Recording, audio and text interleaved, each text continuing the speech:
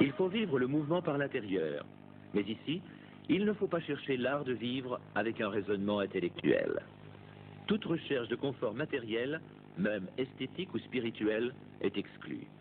Mais il faut vivre intensément chaque instant, sans calcul, sans hésitation, détaché de tout. Vivre en plein cœur de tout.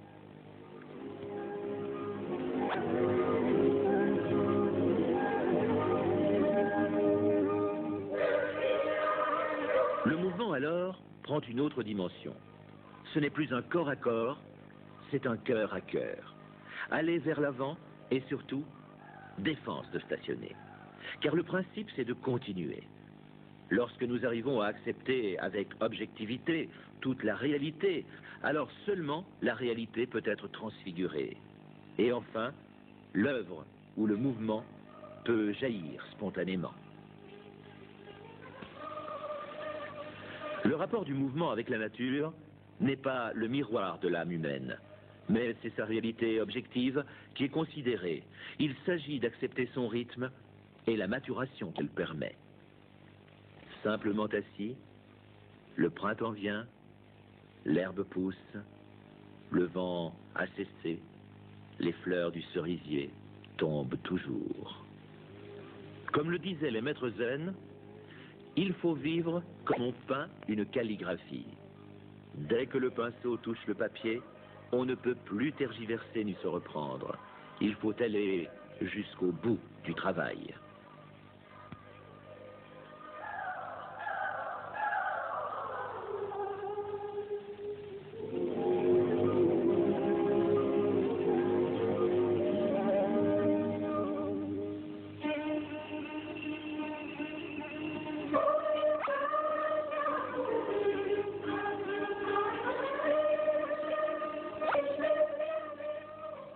Il faut apprendre à méditer, attendre patiemment pour purifier et libérer le cœur. Si tu veux vraiment progresser, tu dois régulièrement recommencer par le commencement.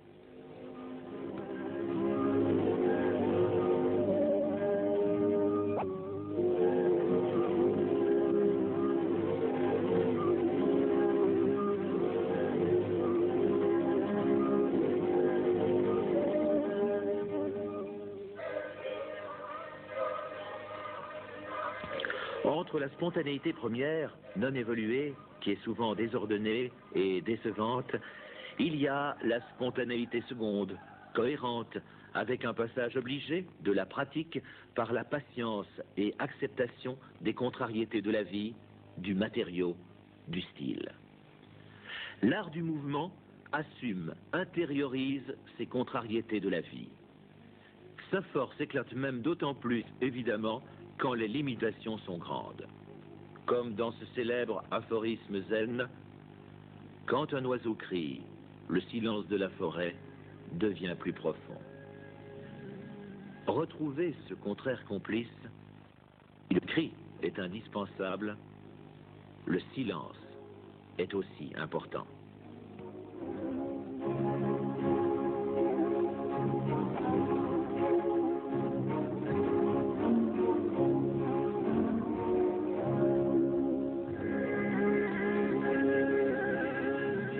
Dans l'art du mouvement, c'est le silence qui va conditionner ce cri.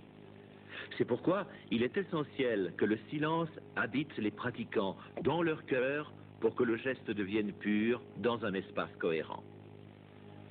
Le Do de l'aïki considère dans son ensemble la vie et l'art. Il est d'abord un chemin sur lequel nous traçons nos propres pas vers la source et la matrice de toute forme, le vide vraiment fécond. Et quand surgit la forme précise, elle porte en elle toute la nostalgie de ce chemin. Elle réveille en nous notre complicité, trop souvent refoulée par ce monde qui nous entoure et nous pénètre, mais que nous croyons avoir perdu. Nous nous croyons souvent isolés comme dans un désert, mais le secret du mouvement nous fait découvrir que la vérité est sous nos pas. Tout grain de poussière contribue à tout instant à créer la terre pure. Toute fleur et toute feuille, ainsi que les racines, actualisent l'énergie mystérieuse. Le qui, c'est la force de notre souffle. Le qui est comme l'eau claire d'une source lorsqu'elle jaillit dans un ruisseau boueux. Tant que l'eau jaillit, l'eau boueuse ne peut pas pénétrer dans la source, mais si l'eau claire s'arrête de couler un seul instant, l'eau boueuse rentrera immédiatement dans la source. Le qui est semblable à cette eau de source. C'est l'art de libérer le qui en un flot constant à partir de son centre. J'inspire et j'expire. J'écoute le monde qui respire.